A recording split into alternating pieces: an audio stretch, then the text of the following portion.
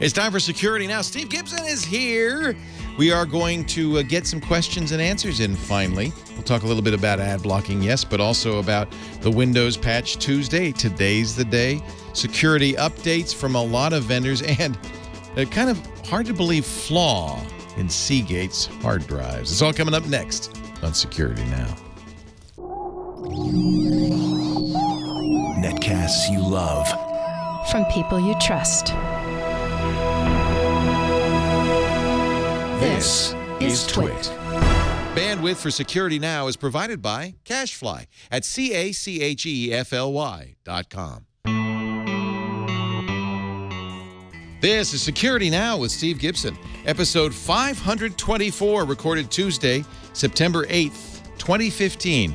Your questions, Steve's answers, number 218. Security Now is brought to you by IT Pro TV. A good IT Pro is always learning, and IT Pro TV is the resource to keep your IT skills up to date with engaging and informative video tutorials. For a free 7-day trial and 30% off the lifetime of your account, go to itpro.tv/securitynow and use the code SN30. And by Braintree. If you're working on a mobile app and searching for the right payments API, check out the Braintree V.0 SDK. With one simple integration, you get every way to pay. To learn more and to try out the sandbox, go to braintreepayments.com/securitynow. And by Audible.com. To download the free audiobook of your choice, go to audiblepodcast.com/securitynow. It's time for Security Now, the show where we cover all of the security news. This is the super geeky show, frankly, on the network, because we cover anything that Steve's into. And since he's a super geek, it could be anything from vitamin D to BSD routers and everything in between, including great science fiction. Hi, Steve Gibson. Hello, my friend. Great to be with you again as you get ready to wing your way to the East Coast for your meetup. And I'll be watching this channel tomorrow as Apple unveils their next set of updates. I don't know what I'm going to do. I guess I'll be in meetings. I can't imagine. I know this is an example of me being in the real world for a change. What do people in the real world do during an Apple event? Do they seriously? I'll be at Squarespace. We're meeting at Squarespace, and I've got to figure they're interested in this stuff. Well, and because for the last 10 years, you've had twit.tv and the Twit network, and you've always been surrounded by your expert panel who are, watching this stuff all happen in real time. First Apple event I've missed since the iPod in 2001. Well, we all know that it doesn't really happen until ordering time, midnight on Friday, we're presuming. Or 3 a.m. if you're on the East Coast, as I am. Anyway, I will watch with interest. Are you going to get the new iPhone, you think? I really do want it. I do. I use the iPhone as my go-to device, my iPad. I use more than any other computer in my life is my iPad, just my lifestyle. I take it with me when I leave the house and relax when I'm having a meal and read stuff. Would 12.9 inches be too big for you? Yeah, I even got the Mini, the latest version of the Mini, and I actually returned it because I thought, it's there was something I was able to say that wasn't doing right. I don't remember now. 10 inches is just the right size for you. I really think, yes, the standard iPad is the same, is just fine for me. I don't know how they fixed that. I don't think I need a big one, but I would love to have a stylus.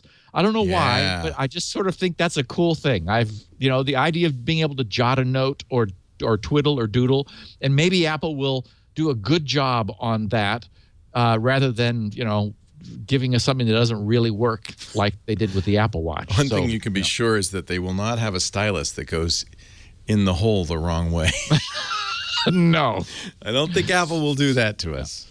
So we have a Q&A today. Since the world has been kind to us with news, we have some interesting things to talk about, but we're not overwhelmed, so that alone will take up the whole podcast. So we've got a bunch of great questions. Naturally, lots of stuff from our listeners following on from the discussions we've been having. So Seagate suffered a surprising problem with a Wi-Fi hard drive, which I just when I explain this to people, they're just going to put their head in their hands. It's like, how can, and in 2015, how can this still be happening? AdBlock has released an AdBlock browser just this morning, of course, on the eve of iOS 9. We'll talk about that a little bit. There was some weird belief that suddenly Chrome was trying to defeat ad blocking on YouTube, which turned out to be specious. Android phones. Ublock Origin works on YouTube. Yes. Yeah. Android phones are being shipped with pre-installed malware. And I wanted a little bit of an update on. That's convenient. Yeah, users don't have to install their own. Nice. Yeah.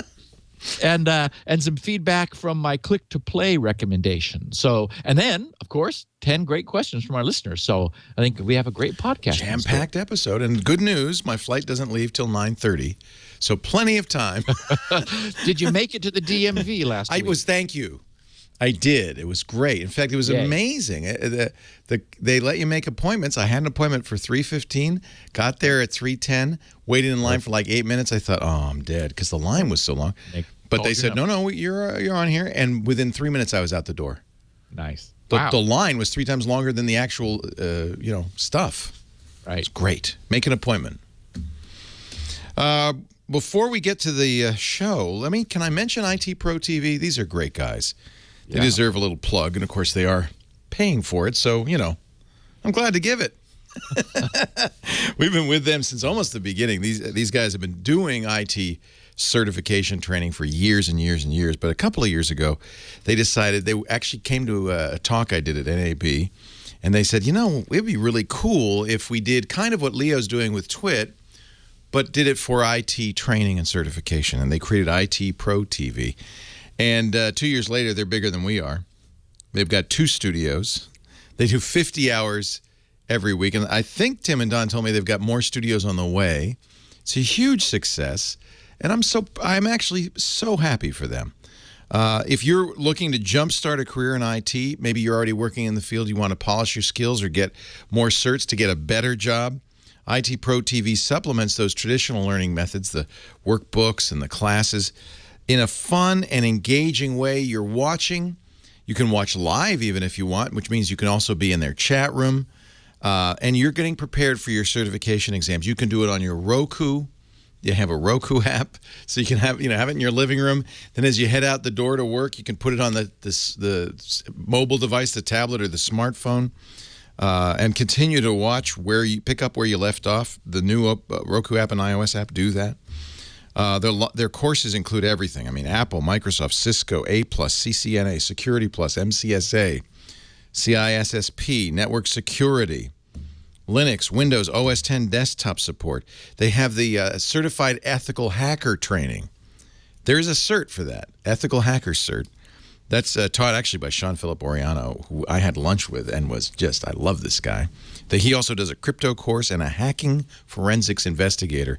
And I got to tell you, that is a job. You got a job for life if you can do that. That is a job that's going to stick around for some time. They offer a virtual machine sandbox lab, so you don't even need to have a Windows client or Windows server. You log in on any HTML5 browser. You've got the server. You set it up. You've got the clients. You set it up.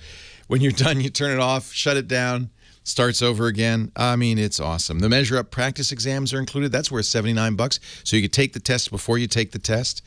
I can go on and on. If you're a corporation or business and you want group pricing, you should check with them on that. They do offer group pricing, and they have clients everywhere, including some of the biggest universities in the world: Harvard, MIT, Stanford. Here's what you do: go to itpro.tv/securitynow. itpro.tv/securitynow. You can watch live for free. They have a basic account that's free, which is a great way to see what they've got. They stream live weekdays 9:30 a.m. Eastern through, probably the rest of the day. Right now they're doing their CompTIA, Project Plus, and MCSA Windows 10 courses. So you'll really get a good sense of how fun it is, how easy it is to watch. They're going to be streaming from the Spiceworks 2015 Spice World IT Conference in Austin later this month, September 23rd to 25th. Again, that'll be free, part of the basic package. And if you see Tim and Dom roaming around, they say hi. Do that, would you? Just say, hey, I was listening to Security Now, and I heard about you, and I just want to say hi. That we'd get big bonus points if you did that. I want them to feel like stars, because you know what? They are. I get email from people all the time who've got better jobs. Love IT Pro TV. Now, how much, you're going to ask? As I said, there's a free tier, but you probably want to be able to go browse through the old courses and so forth. Subscriptions are $57 a month or $570 for the whole year. If you buy a year at a time, you can download stuff and watch it offline. But we do have a special offer, a free 7-day trial. Of course we do. And if you use the offer code SN30, SN30, you can get a 7-day trial. You can watch the live stream, check out courses. And when you decide to buy, 30% off your subscription forever. 30% off. Now it's less than $40 a month, $3.99 for a whole year. It's a great deal. itpro.tv/security now. The offer's there. You can find all the information you need there and browse around, take a look. And we thank Tim and Don and the team at itpro.tv for their support, and we're really glad to be teamed up with them to help you get better at IT. Steve Gibson, Leo Laporte, Security Now. Let's get into the news. So our picture for the week is it ties into one of the questions that a listener asked about his puzzlement over glass platters. Yeah, because I was puzzled too until I almost got my eye poked out by one. Actually, they're really dangerous. Yeah. And if you poke around the net much, there's like people saying, oh my God, I guess one of the ways people are destroying drives is they're using some sort of a device to just push right through the axle of the drive, like some sort of a punch. And if you do that with more recent glass or glass ceramic platters, which we'll be talking about later in the show when we get to this guy's question, I mean, they shatter into microscopic shards, and I saw one person saying, don't ever do that over carpet or you will never get the carpet cleaned of all of the glass that is in there. So anyway, I just saw this fun picture that showed, this is not a platter that bends. You dog you. All right, get ready, because I'm going to show you the video of Patrick. Whoa! That's the drive. He shatters it into a million pieces. Is that metal? Was that metal or was that glass? Watch, let me show you again, because he just misses my eye. Why do a screwdriver when Ah! My God. Guess what we've just found? So he didn't know. He thought it was metal. That was a few years ago, Steve. So this has been around for a while. Yo, it has, and we will just when we come to the Q&A, we'll talk about why that's the case, and actually why it's where we're headed in the future. Oh, yeah. And where could protective wear if you decide to destroy it with a hammer? Wow. Yikes. So this is second Tuesday of September. So we are at Patch Tuesday. Thank you. Patch Tuesday. And no earth-shaking news. There were 12 update bundles, 5 of which Microsoft rated as critical. Remote code execution exploits. IE and Edge both get updates. Now, Edge, of course, and now that we have another browser from Microsoft in addition to IE, it's getting critically updated also. The one worrisome thing is the so-called graphics component, they said, which affected Windows, Office, and Link. So that's sort of scary, because that tends to be in the kernel, and if history is any teacher, it's just rendering a specially malformed image can be all that is needed in order to get a remote takeover. So, and then Windows Journal, Office Media Player, Hyper-V had an update that said security feature bypass, which is never what you want to hear in a VM manager. So I would say to all Windows users, we are second Tuesday of the month. update Windows as soon as you can. I thought I saw mine came in after I was already up and running and had Skype up. I thought, I'll wait till after the podcast because I run Skype on a Windows 7 machine, and so it's getting updates. I'm doing something that you would never do in a million years. I am not only running Windows 10, I'm running the beta of Windows 10. So yes, let's see, Windows Update. Yes, indeed. You're on the fast loop of Windows 10. Fast, yeah. Yep. Yeah. So, okay, Seagate.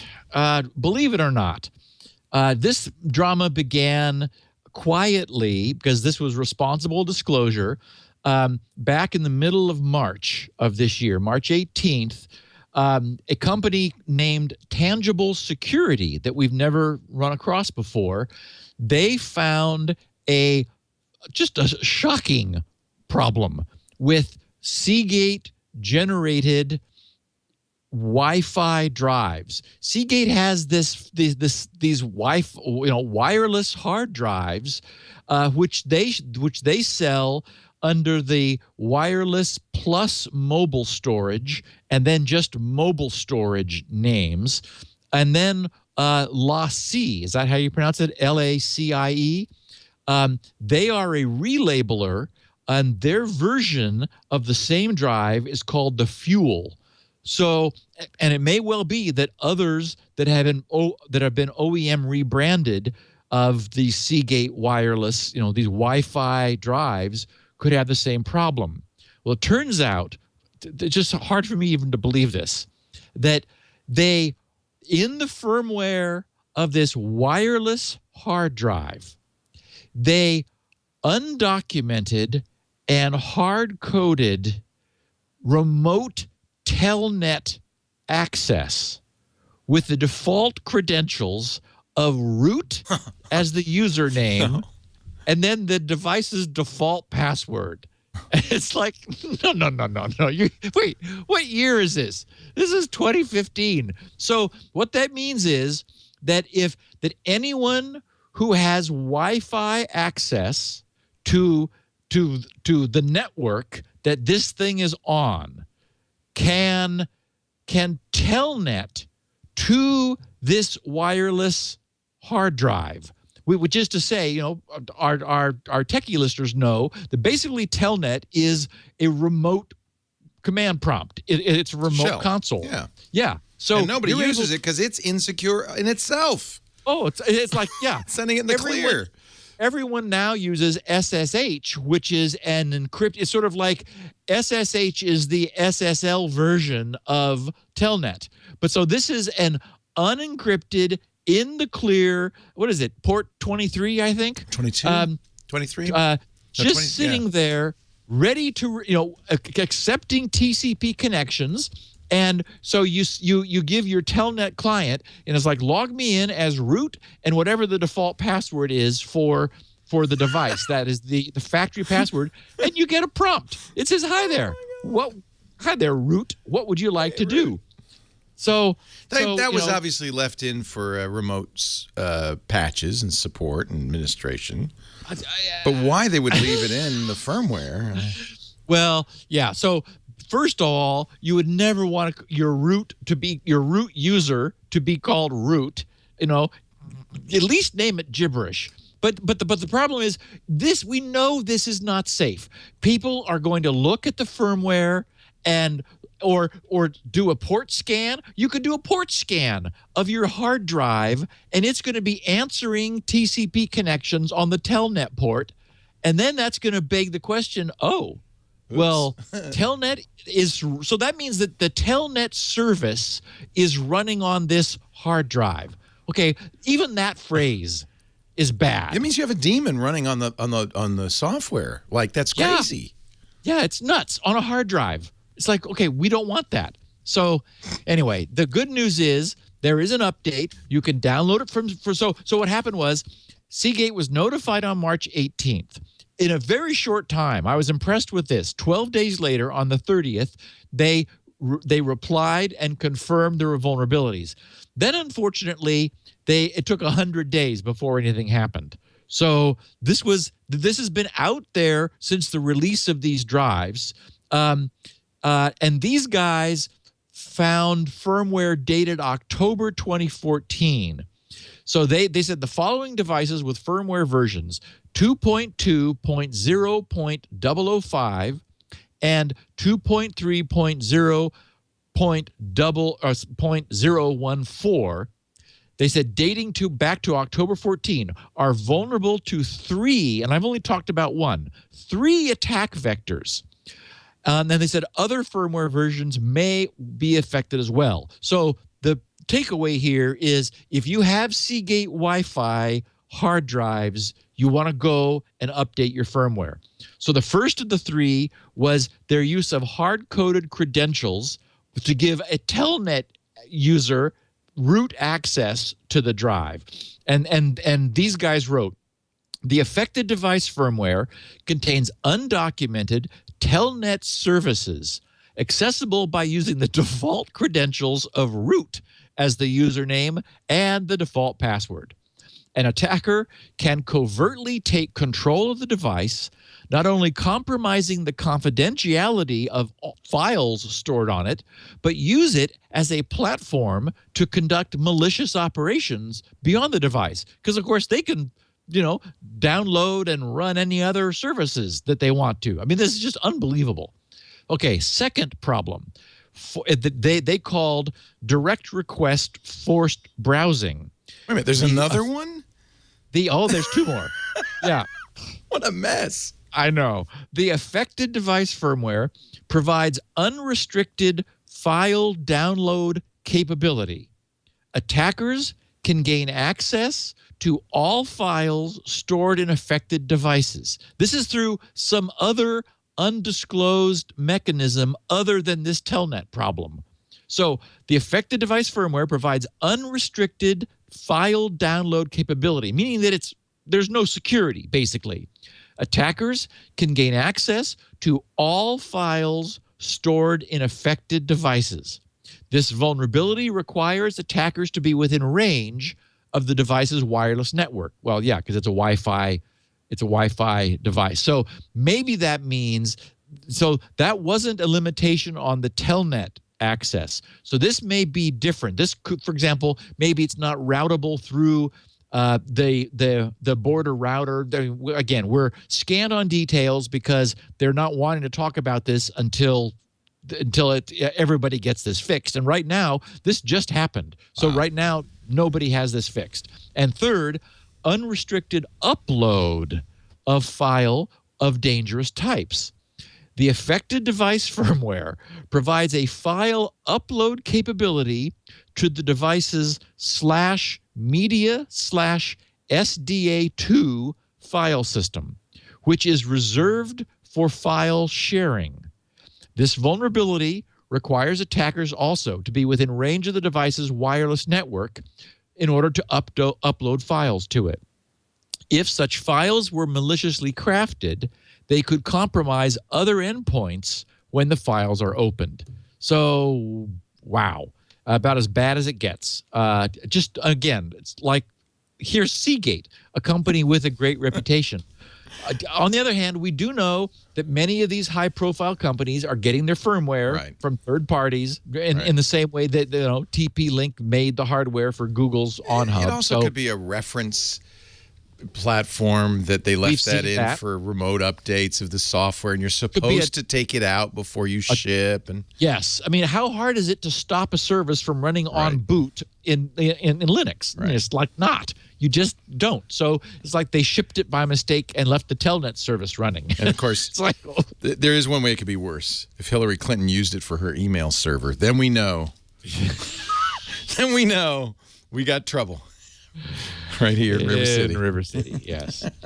Okay, so in an odd piece of news, on today, Tuesday, the day before the Apple iOS 9 announcement, where one of the major announcements is, that's making just as much news as the gossip and rumors for what next hardware they're going to be producing, is the addition in iOS 9 to Safari, the default browser, of course, of of hooks which will allow ad blocking extensions to be created.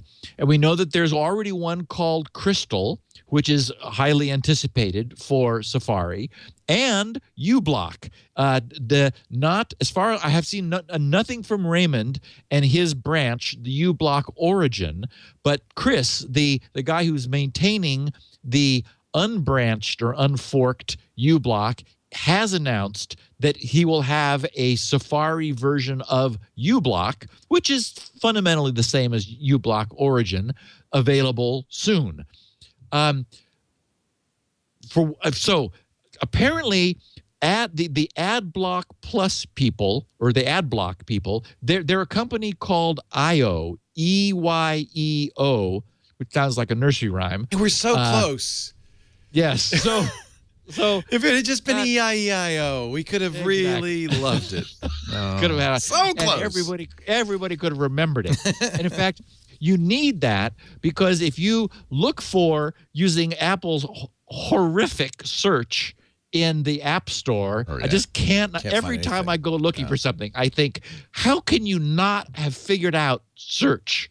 Something like that everybody else, especially your major competitor in the world, has nailed search, but you can't do search in an app store. Yeah. Anyway, it's not easy to find this.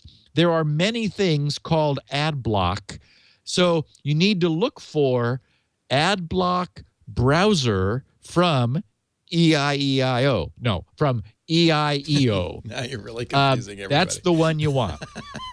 And is that the best one? Not Crystal? Because people have been talking a lot about Crystal. I would wait. Okay. I'm talking about it because it's there today. We're thinking it may be like 2 weeks before we can actually add ad blocking to iOS. So today, if anyone wanted to experiment with it, the AdBlock browser, I downloaded it this morning. So that I could talk about it. IO is AdBlock Plus. Yes, AdBlock Plus. That's not the same as AdBlock. Correct. Yeah. And so that's these guys. Yeah. Yep. There it is. That's the one you want. Well, wait. Is it from EI? Is it from yes, from EYEO? Yes. AdBlock Plus. And this one's GPL'd and open source. This is not the company that's selling.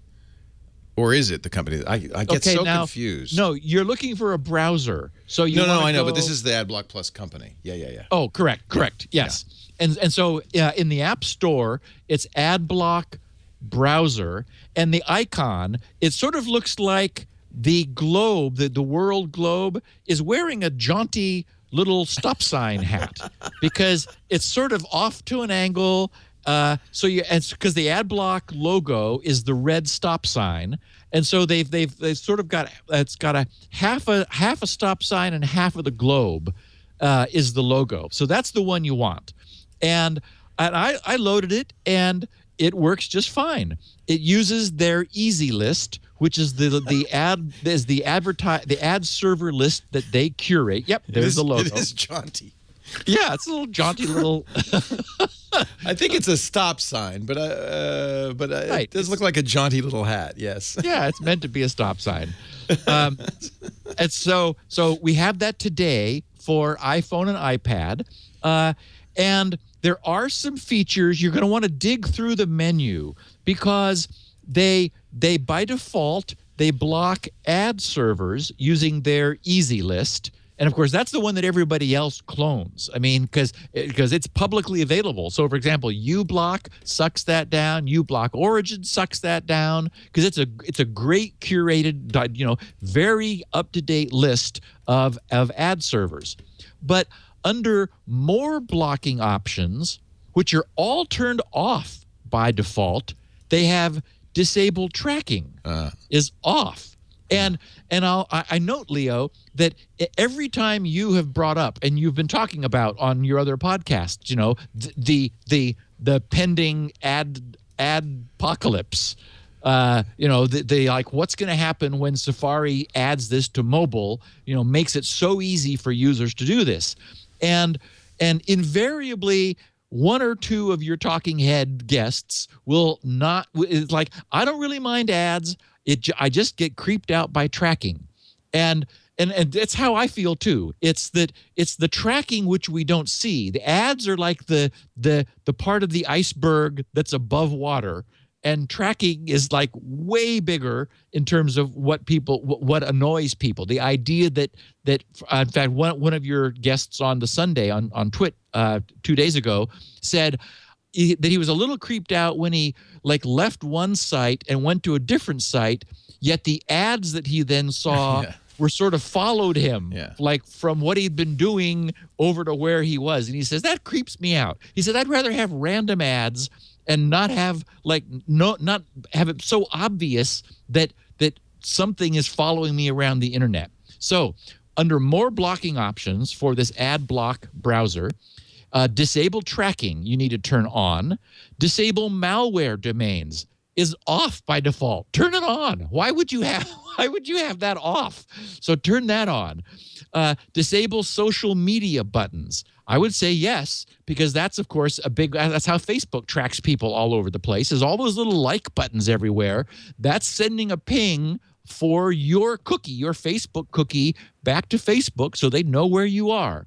So disable social media buttons. Turn that on. And then the fourth one I deliberately left off, and that's disable anti-ad blocking messages. And that's because I want to know if a site is unhappy that I have an ad blocker, because, I mean, I want to support the sites that I visit. I just don't want to be tracked, and I don't want to get infected with malware in return for seeing ads I'm not going to click on and don't care about. So anyway, dig around in here. There is, the whole AdBlock Plus deal is their so-called non-intrusive ads. And so the other option is acceptable ads, and they say allow some non-intrusive ads. And that's on by default, because that's AdBlock's own monetization model, which has been very controversial. Yeah, because undermining everybody else's monetization model. Yeah, and for Google and Microsoft and other major players have paid AdBlock for exceptions to their easy list. And so what this says is, no exceptions. I want full blocking. I don't want you to. I don't want you to accept your monetization model, because that's not mine.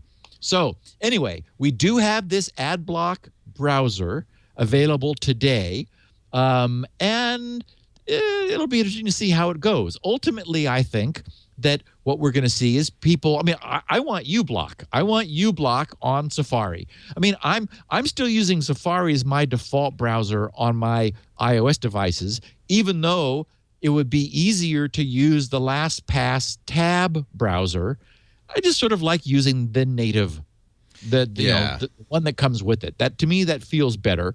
And so I'll definitely be, and we'll be covering the extensions that are available for iOS 9 as soon as iOS 9 becomes available to us. This is available for Android too, the AdBlock browser. Yes, good. I'm glad you in most cases, what they're doing is they're basically using the facilities of the built-in browser, WebKit or whatever, and just kind of they're not writing a browser from scratch. Yes, they're not writing a browser from scratch. And in fact, in this case, they didn't. There's something called it wasn't WebKit. It was something kit that these guys used as the armature for their add-on. Yeah. And of course, the fact that this is now in the Play Store is kind of big news, because Apple's turned this off before, right? Well, it was Google. What happened was AdBlock Plus tried to do this in the middle of March, and Google rejected them and kicked them out of the Play Store. The EFF got all huffy about it and did a posting at the time saying Google takes the dark path, censors AdBlock Plus on Android. And EFF wrote, in a shocking move. Okay, well, I don't know why anyone shocking. Google gambling going on. Google has recently deleted AdBlock Plus from the Android Play Store. This is hugely disappointing, wrote the EFF back in March, because it demonstrates that Google is willing to censor software and abandon its support for open platforms as soon as there's an ad-related business reason for doing so. And then they said Google's stated reason for the ban is that the Android app allegedly, quote, interferes with or accesses another service or product in an unauthorized manner, which, is corporate legal speak for nothing. But doesn't Google actually pay AdBlock Plus to be part of Yes, they're one of the people that sponsor AdBlock Plus. Yeah. So anyway, it'll be interesting to see how this goes. I did run across an interesting site when I was digging into this, and I think it's called I just tweeted about it. It's Fair Page. It's either Fair Page or yeah. Fair. These are the guys who said, as it turns out, maybe somewhat inflatedly, that $21 billion would be lost. Yes, 22 I think is their number. In this year to ad blocking. Yeah, and what was so interesting is I spent, in fact, I was using the AdBlock browser to browse their site. I thought, okay, this will give it to them. Check out this user agent, suckers. And I went through their FAQ because I was just sort of curious. I mean, I'm really wanting to understand the ecosystem of this a bit better, and so their blog is a series of closed but expandable, click plus to open this, questions that they've asked themselves and then answered. And you go through the entire thing. No mention anywhere about tracking. I mean, it was really very fair because, of course, they sort of have a different model. Their deal is that websites can sign up with them to find out how much money they're losing somehow. That is so they put some instrumentation on a website which will be ad blocker sensitive. It'll be blocked by ad blockers. And then they must have some other instrumentation that isn't, so they can look at the delta of what got blocked and what was allowed and tell sites how much revenue is being lost. And then they apparently sell sites a service which provides the message that, oh, this site is ad supported, which appears if you visit the site with an ad blocker running, to make the explanation and the plea for turning off your ad blocker. So that's sort of their angle. But they really do a nice job in the FAQ of explaining all of this, except nowhere is the elephant in the room, which is the tracking. That's the part that people, from everything I have heard and like listening to your other podcasts, that's what upsets people. Not the ads as much as the idea that, we know that they're trying to monetize us by profiling. And so if there was a stop tracking, but, okay, then that would be a different thing. But nowhere does that get mentioned on this otherwise, very complete page. So I thought, yeah, that's interesting. They're not talking about that at all. So there was some what turned out to be specious news that and I mean, there was a lot of talk about this, some buzz in the last couple of days, that people were seeing Chrome and the YouTube app for Chrome not blocking ads, even though customers had ad blockers. And so first there was the conspiracy theory that, look, here it is. This is what we were waiting for, that Chrome had modified itself to defeat the ad blocking extensions to allow its own properties not to have ads blocked. Well, it turns out, just count to 10 and then we'll get an answer. And the answer was there was a mistake. It was introduced by a security fix, which at the time was not public. Issue 510802 is a security mistake that said Web Request API allows intercepting XHR from apps and extensions. And so XHR is the XML HTTP request API, which is it's the whole Java dynamic web where API that allows pages to make requests back to their parent server to create updated content on the fly. For example, Gmail is a heavy user of that. Sort of the next gen of web is doing all of this.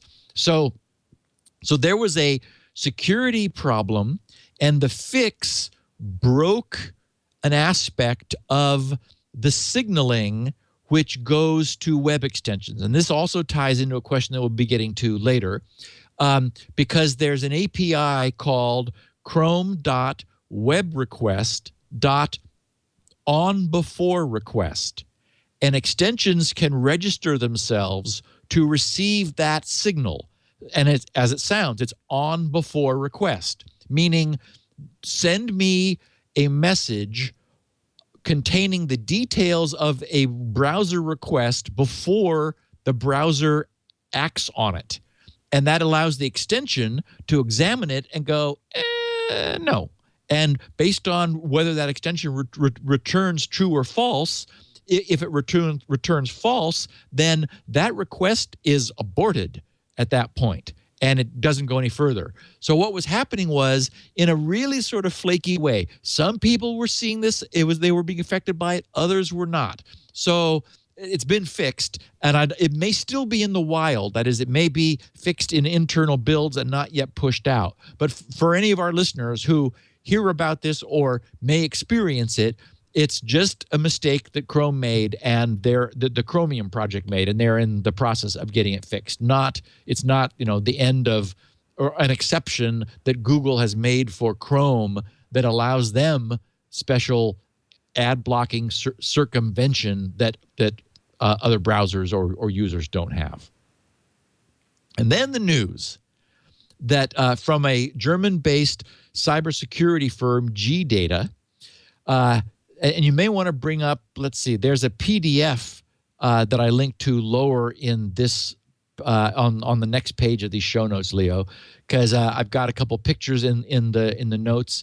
But what they have found, they've done a survey of Android malware, Android smartphone malware, and they have seen a 75% increase in what they call pre-installed malware during the past 6 months.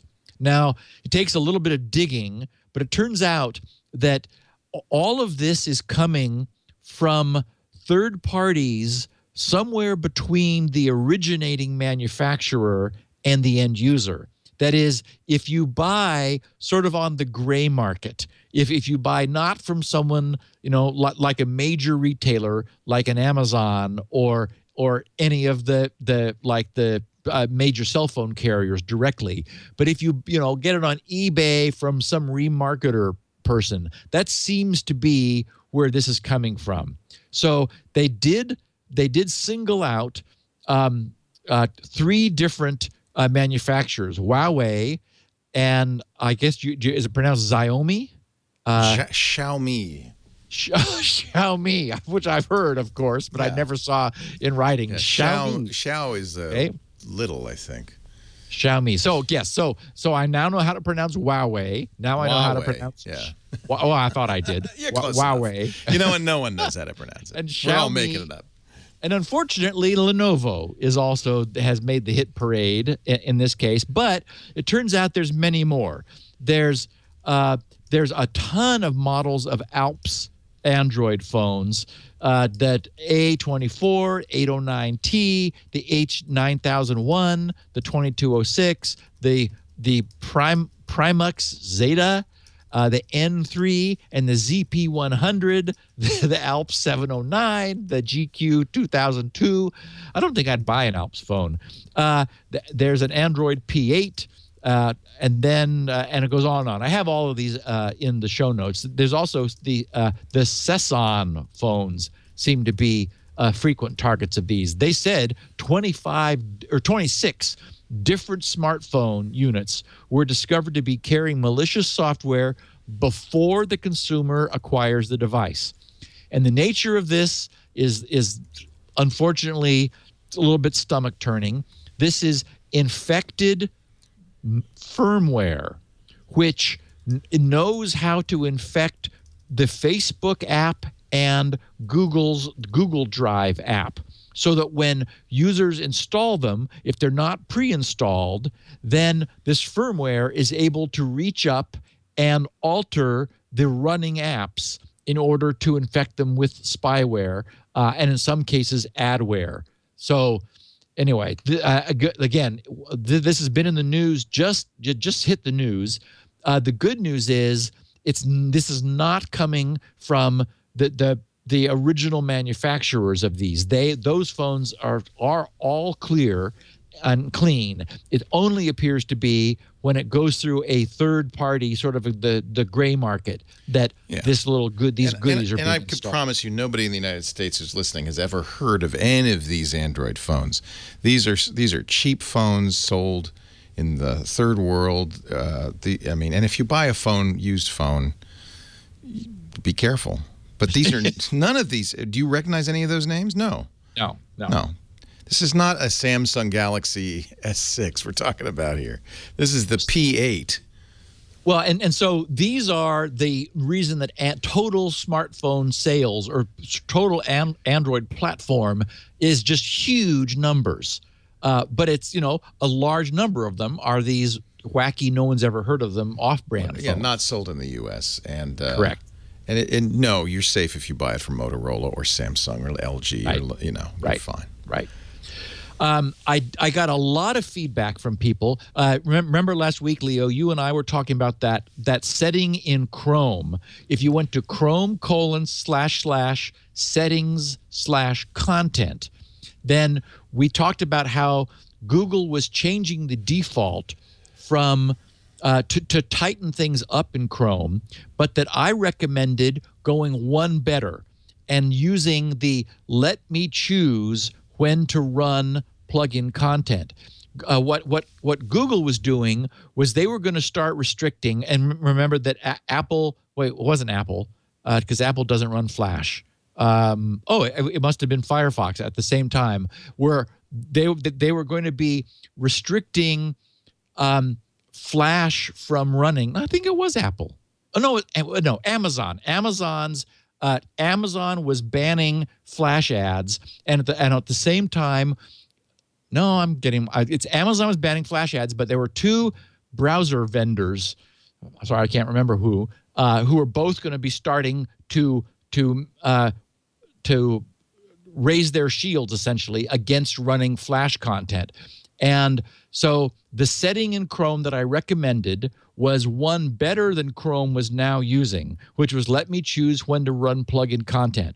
A bunch of our listeners running Chrome changed the setting, and I received a lot of feedback after, in days following the podcast, that it was working beautifully for them. That is, they were going to sites and they were seeing blanked out regions with a click if you want to run this, obviously these would otherwise have been run were it not for them choosing this setting. So I just sort of wanted to amplify that's great to do in Chrome, and under Mozilla, under Firefox, it's available, but you have to do it again manually. It's still not the default. Go to Tools, then Add-ons under the Tools menu, and then on the Add-ons page, select Plugins. There you'll see a list of all the plugins, and over on the far right is a drop-down list box where you can say, Ask to Activate. And there you get a weird kind of little Lego block that you have to click on if you want to run it. And I'm seeing that now wherever I go. So I just wanted to strengthen that recommendation a little bit more, because with the feedback that I've gotten, people are loving it. Just that's They're not running Flash by anywhere by default unless they want to run Flash, and then they are able to click to do so. And you can make site-based exceptions. So, for example, Bitly, for some reason, they don't have a big Flash presence, but they do some little weird thing where they sort of, when you say I want to copy the Bitly link, it does a little fading, drifting sort of ghost of the link fades away. And I think they're doing that with Flash. So it's like, okay, I can live without that. But for example, if you wanted to whitelist Bitly's use of Flash just so you weren't being asked, you could do that. And then it's a sticky reminder over in Chrome. So you're able to do per site whitelisting. And I got, in the spirit of a Q&A today, I got an interesting question that I'm not sure I ever talked about it before, but this is from Quinton, is his name, in Nova Scotia, who, of course, in Canada, who said, how do you test Spinrite? He wrote, with the mentions of Spinrite on the last few episodes of Security Now, it got me thinking about how you actually go about developing Spinrite itself. More specifically, how do you test Spinrite? How do you know that it is detecting an error on the hard drive and it's not just an error in your code? I'm imagining there are two different ends of the spectrum of how it's possible to know exactly where the problems are on a drive for testing and verifying your code. On one end of the spectrum, you're cracking open a hard drive, putting it under a microscope, counting the sectors and bits, and strategically destroying some data so that you know exactly where the drive will fail. He says on the other side, you have a virtualized hard drive where you're able to corrupt bits at your leisure. How exactly do you go about this? I'd love to hear your thoughts in the next episode of Security Now. And Quentin, you get your wish.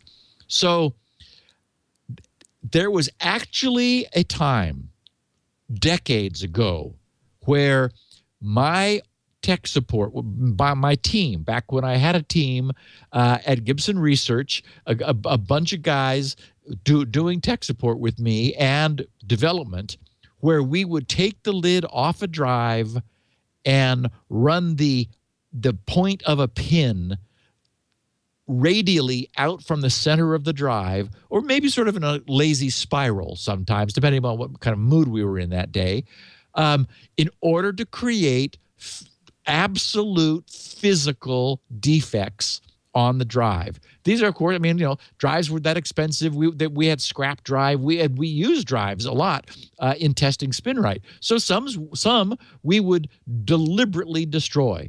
And of course, just taking the lid off a drive allows dust to fly in because this wasn't a clean room environment. So we'd put the lid back on and spin the drive up, and sure enough, we'd have a bunch of problems. I don't do that anymore these days, but it turns out that there has always been and still is a way using undocumented, supposedly no longer existing, no one knows about them, but Spinrite still does and they still work, undocumented, deeply undocumented maintenance commands that allow raw data to be written to the drive. And by that I mean that it is possible for me to deliberately write either ECC correctable or deliberately uncorrectable data to a drive. And there is an assembly time switch. It's called the Thrasher, and I'm able to turn it on and specify what percentage of sectors I want this option to destroy. And it's able to go out, and actually it uses a deterministic pseudo-random number generator because I want to, if there's a problem, I want to be able to deterministically recreate the problem. And so it's able to go out and make and deliberately create errors that I specify in type and extent and indirectly in location out on the drive, and then I turn Spinrite loose and verify that, and in some cases watch carefully it go through all of its correcting procedures. So I'm able to induce drives to relocate errors that frighten it by how bad they are, but they're not so bad that it can't correct them, and it has to rely on Spinrite. So all of those things that you hear me talk about, I'm able to do reproducibly with perfect, I would say, granularity or specificity and precision is the word I'm looking for on contemporary drives, and that's part of what goes into the development of Spinrite. So cool question, Quentin, that no, I don't think anyone has asked before. I think I know that I've spoken of this, but probably over in the GRC's Spinrite R&D news group. So thank you. We have questions. Steve has answers. We're going to talk about those in just a second. Before we do, may I mention our fine sponsor, Braintree Payments. If you're a mobile app developer, you need to know about Braintree Payments. Steve said it many times. You don't want to be writing. There's a couple of things you don't want to write yourself unless you're an expert. One is crypto. The other is e-commerce. Steve wrote his own e-commerce system. How long did that take you, Steve? Probably a little while. I had a great time, and I never had a problem with it, except I'll share this one kind of funny problem. I don't mean to take us way off topic, but this is just like a classic error. In the e-commerce system, I have a hacking block. That is, if someone's just screwing around, like filling out the forms with garbage and doing nothing. You want to spot that. So I count how many times somebody submits something and it doesn't make any sense, and it gets denied by the merchant services that we hand it off to or whatever. And I think the limit is 12. Because I thought, okay, and sometimes people make an honest mistake. They'll use the wrong zip code, or they won't have their CVV number correct, or they get the address wrong. I mean, I watch people make that mistake in the e-commerce log, where I sort of look at sometimes, and I'm able to hear it. There's like a ka-ching ka-ching sound before the yabba dabba do. The yabba dabba do is we successfully transferred cash, but there's a ching ching cash register sound as they're moving through the process that I built into my own e-commerce system.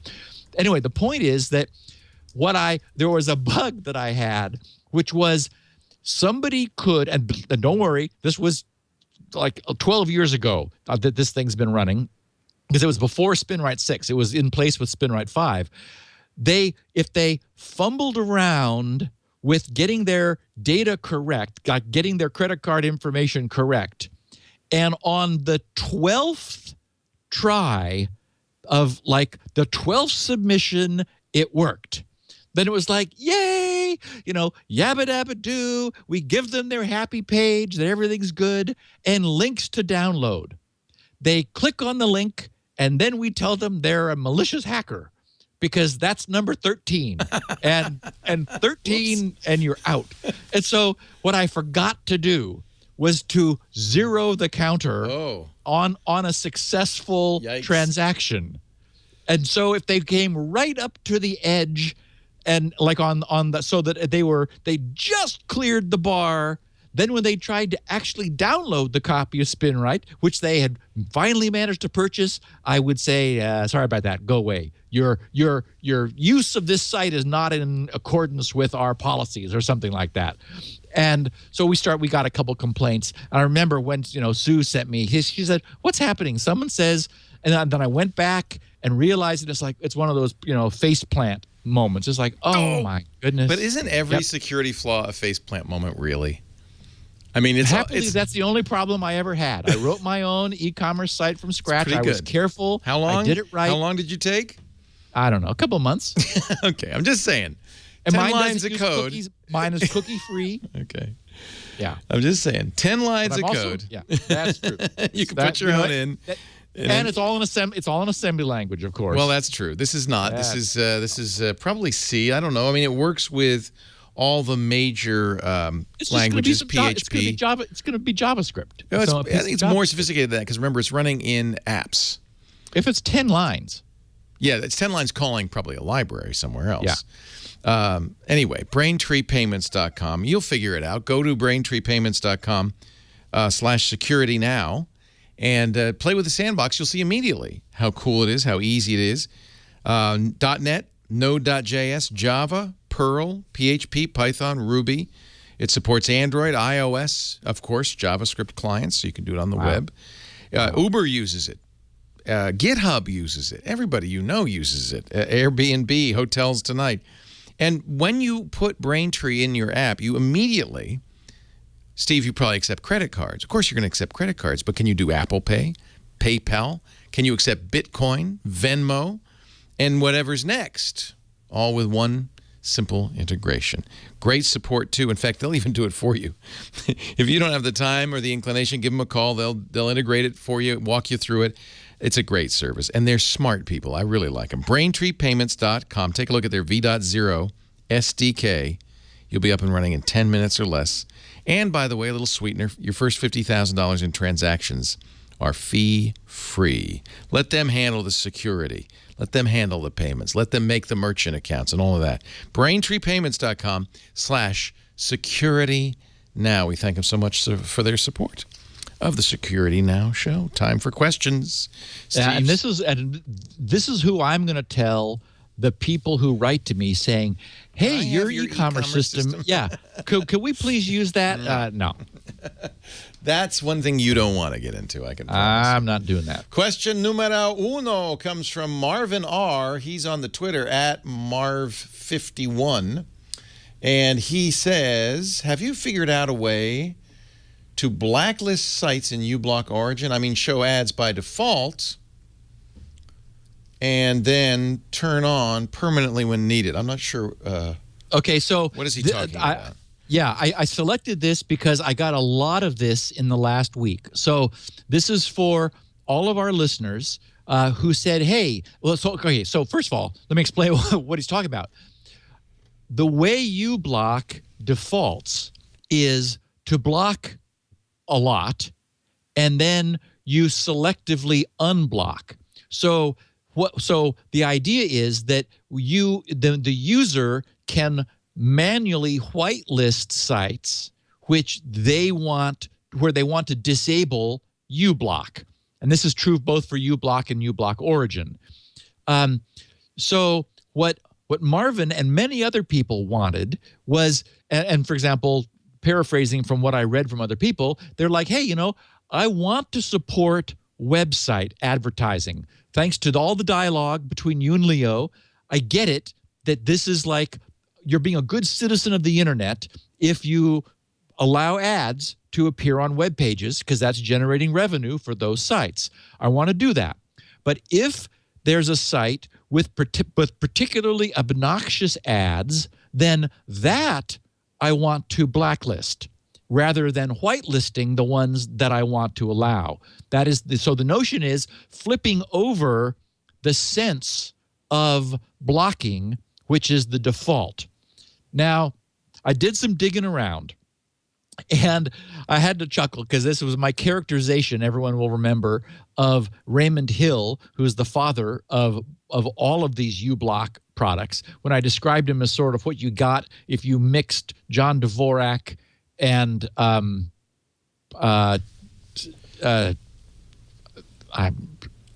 me a hint. I can't. Stallman. Richard Stallman.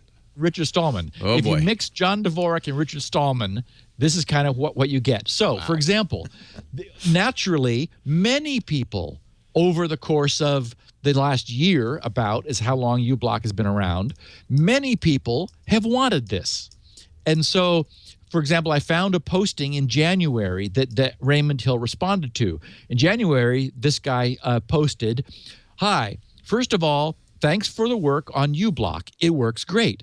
I would like to propose a feature where nothing is blocked by default, except on the sites where I explicitly enable Ublock.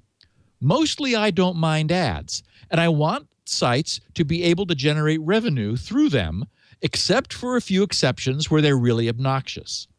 I would really like if Ublock supported this mode, which is in essence an exact reversal of the way it works now. On by default can be disabled whenever, forever on a site with a single click. So that same day, Gorehill, which is, we know, the handle that Raymond uses for himself, replies, "This has been," and think, Dvorak and Richard Stallman, "this has been requested before." And then he gives a pound 177, because I think this was like 522 was the posting of this requestion. So this has been requested before. Let me guess. Forget about it. He says, well, but I love this. He says, "Sorry, but I can't personally support this. It's like asking me to give users the ability to opt out of corporate stalking, of being data mined by default. Ublock serves users' interests, not data miners' interests. Ads," he writes, are only the small visible portion of corporate stalking. Users should care even more about the portion that is not really visible. Turn on I am an advanced user mode and select only Easy List as the active filter list and see for yourself all the remote connections, even without ads on the page. Now, that was his position in January. And I kept digging around, and I think he just sort of finally said, okay, fine. Now, what we really want, we're not going to get. And what we really want is a setting that would just invert the sense of that big power button. Because, you know, the big power button for either non-advanced or expert users is the way we disable Ublock for a given site. So what we'd really like is for it to be off, to have the option for it to be off for sites we have never visited, and if we wanted to then click it to turn it on, which of course is not the way it works. There is a way to do this. There is a way to give Marvin and everybody else listening who said, I want to use Ublock, but I want to flip the sense so that it is rather than me whitelisting, I am blacklisting. And I made that the bit.ly link of the week. So you can go to the page, bit.ly. You might want to put this up on the screen, Leo. bit.ly/SN-524, which is today's episode number, 524. bit.ly/SN-524. And if you scroll down, you'll see there are two things there's one thing you do to sort of do this globally. And the very first line, I'm sorry, you have to be in expert mode also. So our users know that you go to settings, then select expert mode, and then you have to hit the plus sign on the drop down that you get when you press the button on the toolbar. That opens that extra panel to the left. So in order to do the default allow all, in the first column, the first colored column of color things, the very top item is all. And so this is something which Raymond put in for this reason, because it's the only reason you would do this. You click it to green, and that's global.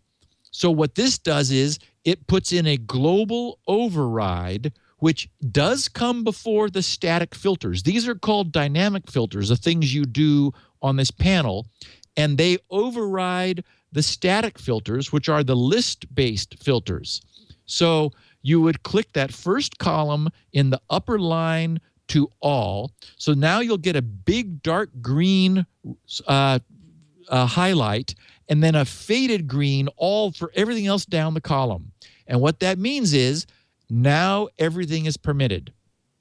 Then on a site-by-site basis, you do the second. On that same page, there's like a second example where what you do then is you click the second column on the all also, making it gray, that dark gray, and because the first column is global, like global override for all items of no matter where like what they are, where they're appearing. The second column is per site. So you click the all in the second column to dark gray, where you want to fall back to Ublock standard operation. Again, this is not the way he wants it. It's a little awkward. Frankly, it's much more difficult for me to explain it than it is for you to go to that page. So bit.sy/lowercase sn-524. That'll take you to the Ublock wiki. The page is dynamic filtering, turn off Ublock everywhere except, which is the name. You could probably Google dynamic filtering, turn off Ublock everywhere except in order to find that page also.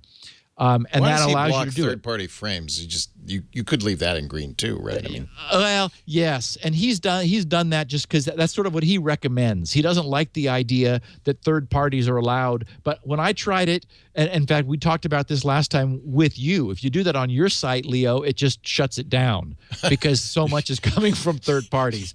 And I tried it, and it was just like it just destroyed the web. But again, you combine John Dvorak and Richard Stallman, and let's see. You're basically going to get a text-based browser. Requests to this server have been blocked by an extension, so you can't watch live. All right, I'm not getting any calendar stuff because that comes from Google. Oh yeah, it's not bad, though. I mean, it's you can get most of the stuff still works. You can subscribe to shows and all of that stuff. Yeah. Anyway, so I for me, and I have to say, this has been just a grand slam win. You immediately took to it 2 weeks ago when we talked about it. Yeah, I like it. We had heard a lot from people who are just like this is really working for them. So that's a story. There is a way. I turned all this crap on now. Click the middle on both? all. Okay. Yeah. Click the middle on both, and they should go away. Okay. Good. All right. I want blocking. You say you don't like tracking, but I think there are a lot of people who just don't want to see belly fat ads. I think there's also a significant portion of people who are worried about malware being served with these ad servers. Yes. So it's not just tracking. I mean, there are other reasons people use these. Yeah. And you mentioned belly fat. Why am I seeing belly fat ads? I'm seeing them too. It's you need to turn your tracking on so you don't see belly fat ads. That's the point. You're not. See, people, I don't want to start. I don't want to start. Ashton C, at Ashton C, on the Twitter. Steve, I thought you might be interested in the latest ad network tactics to get around ad blockers, those evil advertisers. A number of my clients have been asked by numerous ad networks to add custom reverse proxy configs to their web servers like Nginx. These configs essentially say, quote, if I can't find any image file locally, instead of saying 404, proxy the request to the ad network servers and return the ad network's image. This makes it look like the ad image file is coming from the original site instead of a third-party ad network site. I feel that this practice is very sketchy. I've declined on all such requests. But, of course, this is just the beginning if people start really using these blockers. Yes. And I mean, we're going through, as there's no doubt about it, we are entering a fascinating time. One of the things that didn't make my notes for this week's news just occurred. It was in the news today, and that's Apple and the federal judiciary. I don't remember which branch or block. But Apple is now fighting a subpoena for iMessage messages and turning down the federal government's request, saying, we're sorry, we can't give them to you. We cannot comply with your subpoena because iMessage is encrypted and we don't have the keys. And Microsoft is similarly fighting a request. In this case, it's a request for email from servers in Ireland. And Microsoft is saying, they're in Ireland. They're not here. And we don't, we contest your jurisdiction. And the privacy rights over in Europe their privacy laws don't allow us to provide that. So again, we're on all fronts on this whole issue of the encryption of user content and data, the federal law enforcement wanting backdoors installed in order so that Apple could be compelled to, under subpoena to produce a output of iMessage conversations, and then the whole question of the viability of advertising and how the industry is going to evolve and handle it. All just fascinating, pieces of technology that we're perfectly positioned to explore. So this is something I got a kick out of this because I hadn't been aware of this happening, but I've been talking about it happening. Because from a technical standpoint, this is clearly a means for advertisers to circumvent ad blockers. And that is exactly, here's an example of it being done, which is if the browser asks for content which is unavailable from the first party site, the ad networks, Ashton says, are already asking sites to configure a proxy so that the server will turn around and ask the ad server for the content on its behalf. It receives it and then returns it to the browser. So the browser is making image requests to the first-party site, which it's forwarding, which that first-party server is forwarding to the ad server and returning them. Now, frankly, for images, this is not a problem. I mean, this is something I can expect to see. And I noted that Ashton did say images. However, what we're seeing is script. And this would be deadly if this was done with script. Because what would then happen is that it completely breaks the same origin policy of browsers. One of the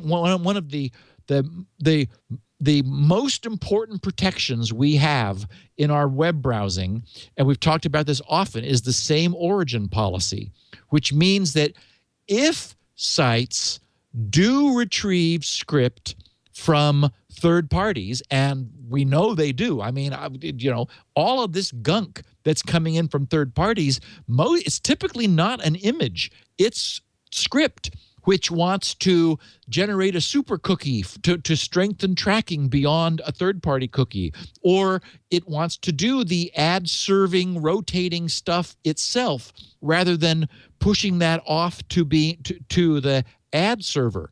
So what's super critical is that the browsers obey the same origin policy, meaning that script coming from another domain is restricted to only querying from that same other domain. That is, what it's basically doing, it's stovepiping all of these domains. In some cases, 48 different domains are dumping crap into our browser.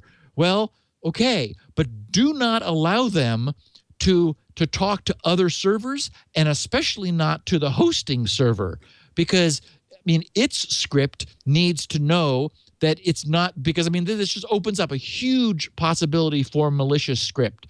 So proxying like this we may be seeing, but I sure hope it never happens with anything but an image. Even an image is scary because we have seen exploits using JPEG rendering mistakes that allow a remote code execution. Essentially, an image contains executable content, which due to a fault in the way the image is rendered, allows that to execute. So images can be a problem, but they're way less a problem than scripts.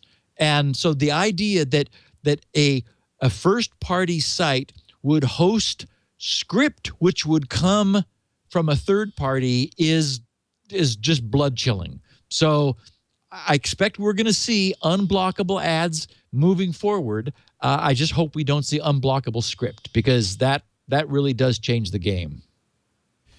Question 3 is coming up right after this word from audible.com. Ha-ha! Do you mind? A little break? No. Go get a cup of coffee. I'll refill my coffee You seem cup. to be losing energy. No. Yeah. Yeah. This show brought to you by our good friends at Audible. If you're an audiobook lover, you don't have to listen to this ad because you already know. Audible's awesome. Now that I have the Amazon Echo, I listen even more because, you can just say, Echo, read to me. And because your Audible account and your Amazon account are linked, it knows where you left off in the car, picks up from where you left off. I love this.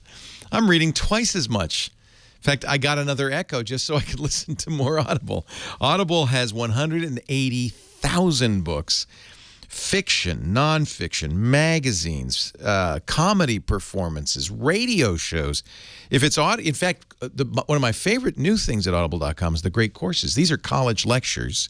Great Courses have been around for a long time. I bought them before from Great Courses. Now they're all on Audible. So whether you're interested in physics, astronomy, game theory, history, I've been listening to a 3-part series. So it's like 60 lectures. Each one is about 24 lectures. A 3-part series on the Middle Ages, the early Middle Ages, the high Middle Ages, and the late Middle Ages. Because we were in Germany, and I wanted to know, what's all this Prince Bishop stuff? What's this all about? And it's so much fun. You just feel like you're learning. And then I get a little tired of that. So I start listening to some fiction. Science fiction, my favorite. They've got the best stuff. In fact, I just got the 3-body problem. I'm going to start that next, which is comes out of mainland China.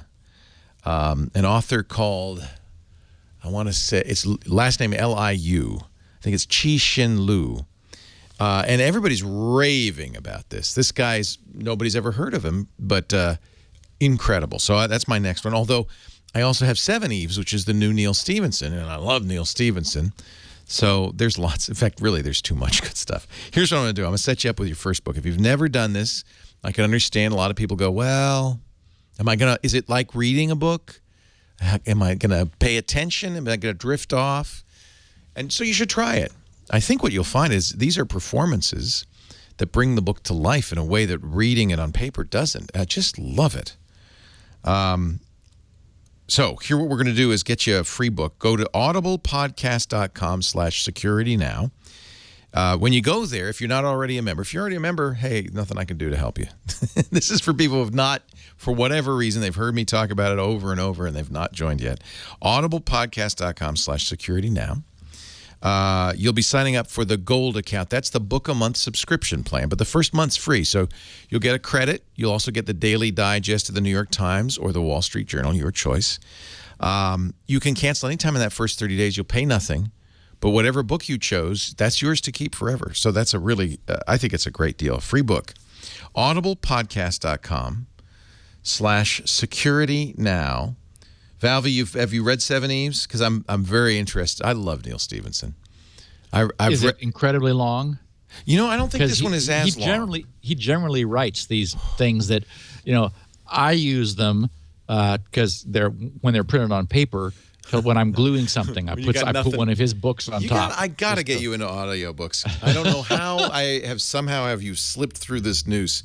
But the thing about audiobooks is you can do it when easily when you're doing something else. So when you're washing the dishes and that's why with the Echo I listen a lot because I'm cleaning the house or I'm making dinner. There's something about listening to an audiobook while I'm cooking that I just really love. Let me just look up Neil Stephenson. Take a look at this. No, that's a different Neil Stephenson. Oh, it's in my library. That would make it easier. Let's see. The 3-body problem is the one I was talking about by Chi-Shin Lu. It's in English. Don't worry. It's a nice translation, apparently. Here it is. Seven Eves, a novel. 32 hours. Most books are around 8 to 12 hours. It's a long one. I read his last one. And I didn't like it that much. Reamdy.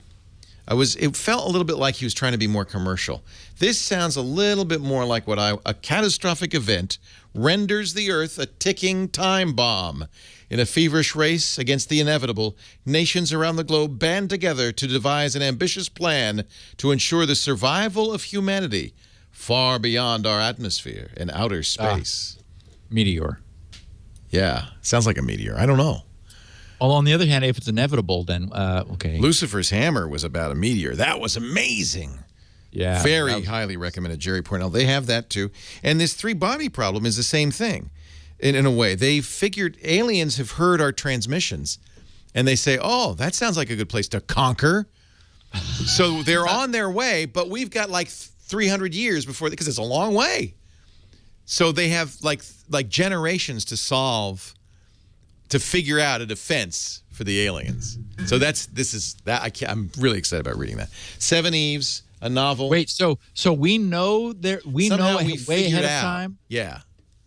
Wow. That's what I haven't read it, so that's my understanding of it. Let me see what the synopsis says. Set against the backdrop of China's Cultural Revolution, a secret military project sends signals into space to establish contacts with aliens. An alien civilization on the brink of destruction captures the signal and plans to invade the Earth. Meanwhile, on Earth, different camps start forming, planning to either welcome the superior beings and help them take over a world seen as corrupt or to fight against the invasion. And then I'm told, it's a trilogy, that it goes on for generations, which is wild. Wow. I can't wait. I'll let you know. See, we've talked about sending signals into space, and I've said, it's don't do it. Bad idea. Bad mojo. Idea. You don't want to let them know. That's why I thought of you when I saw this book. I thought, this is what Steve's been talking about. It's a great premise. Anyway, get your free book. It could be this. I think it's 1 credit. Even Seven Eves is, and that's 30-some hours. Security Now. The offer code audiblepodcast.com/security now. And just so you know, the reason we ask you to use that URL is so we can track you and know that you're listening and heard it on Security Now. And then if they say, oh, look, lots of people get their books on Security Now, we should buy more ads on Security Now. That's how that works.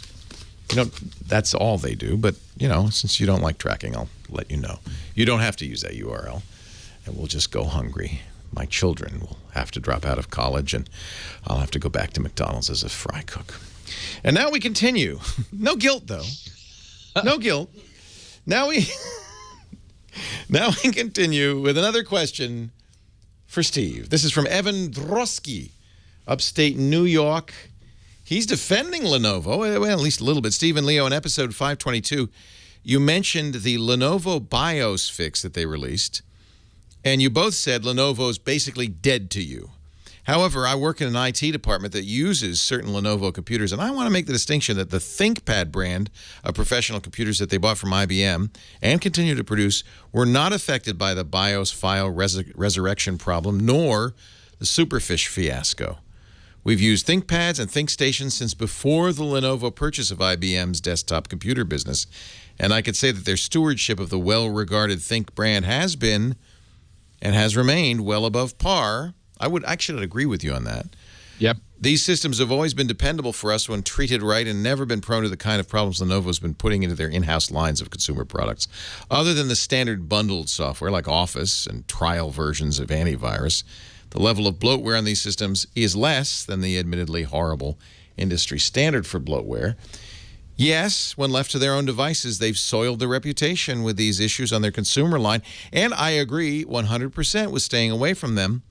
But the Think line of professional computers have always been a separate issue, and thankfully they seem to be keeping these things separate. I wanted to pass this along before everyone completely writes Lenovo off. Hopefully, fingers crossed, this kind of stupidity will never reach the Think line of computers. Thank you both for the show, and here's to many more years to come. I had heard, and I haven't confirmed this, that IBM on sale of ThinkPad to Lenovo insisted on some oversight of the brand for some years. Interesting. Interesting. Well, I'd know also heard that oversight has expired. Oh, well, you and I have both mentioned that as far as we knew, the ThinkPads were okay. And they are, my 2 Lenovos are ThinkPads, and I love them. And so I just wanted to make sure in the interest of keeping the record straight, that we didn't just, with too broad a brush, wipe Lenovo out, because I think, although there are now some good alternatives too, Dell is producing plenty really of nice. good alternatives. Yeah. But there's the ThinkPad X1 Carbon. I mean, I know they are lust-worthy. I mean, there's some really nice. They are just so beautiful. Yeah. And I think the question, just keep your eye peeled, and we'll find out if stuff like this has happened. I would say, exactly. Go in with your eyes open. Yeah. Question 4 from Niall in the UK. Something's been haunting Steve. What is the true value of tracking? Oh, interesting. I've enjoyed the back and forth between yourself and Leo on advertising. I can see both sides, and I'm not adverse to the advertisement model, although I have never, ever knowingly clicked on an advert on a web page. But what I abhor is the tracking element, as you said, Steve. I've searched for references that detail and justify the effectiveness of tracking as a revenue booster, but I can't find anything definitive. Given the huge efforts to track me and the ecosystem that has infiltrated the web, it must make a significant impact on the ability to serve me relevant web ads and subsequently make me buy more stuff, right? Or is it all smoke, mirrors, and sales talk? And I loved this question because, as I said at the top, it's been haunting me. I'm going to see if I can find somebody who actually knows and ask him to join us on this podcast, because I think you and I and our listeners would really benefit from hearing from someone who really does understand what this is. Trick is to find somebody who's going to be truthful about it. Yeah, I know. I think I may have a line on some ex-Googlers, and they might be in a position to know, and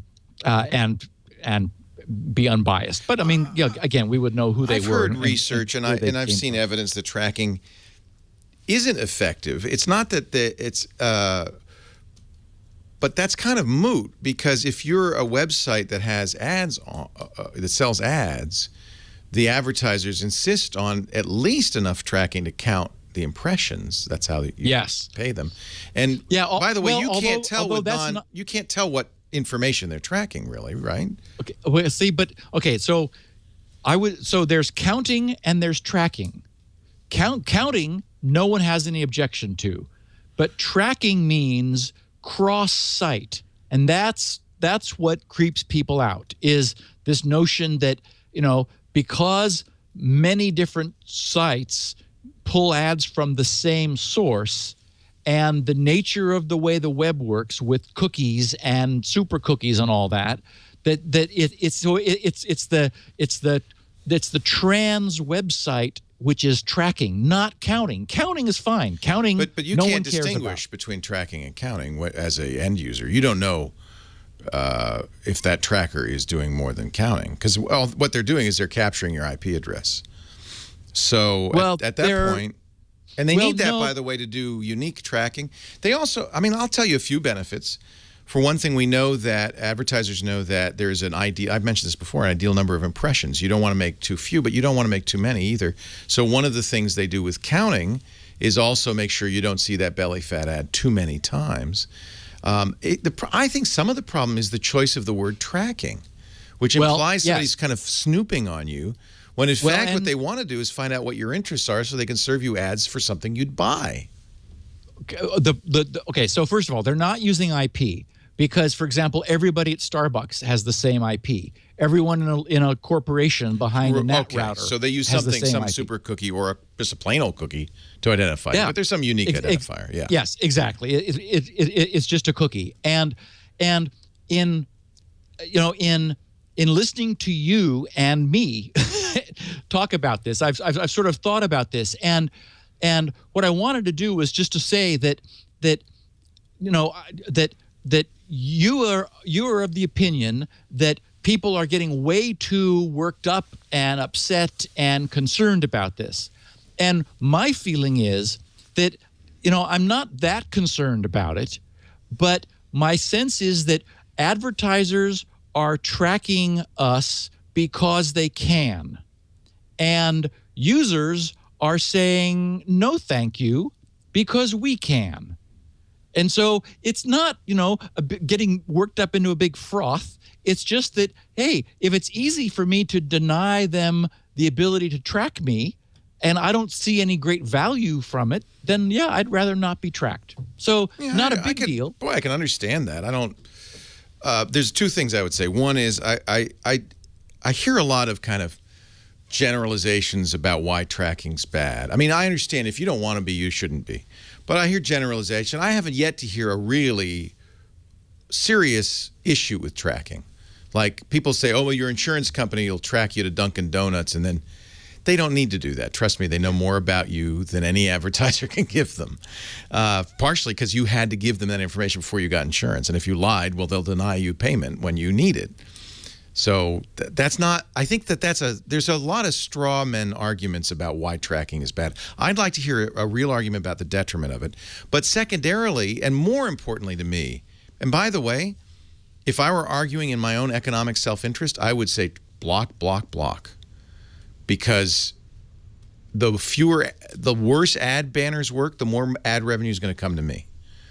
So I think, everybody should block as much as possible. But what I worry about is, here's a guy, the how-to geek. He started writing great little useful little articles about, useful tips on how to use computers and technology. After a while, he put Google AdWords on there, and he was getting a few $100 a month. He said, this is nice.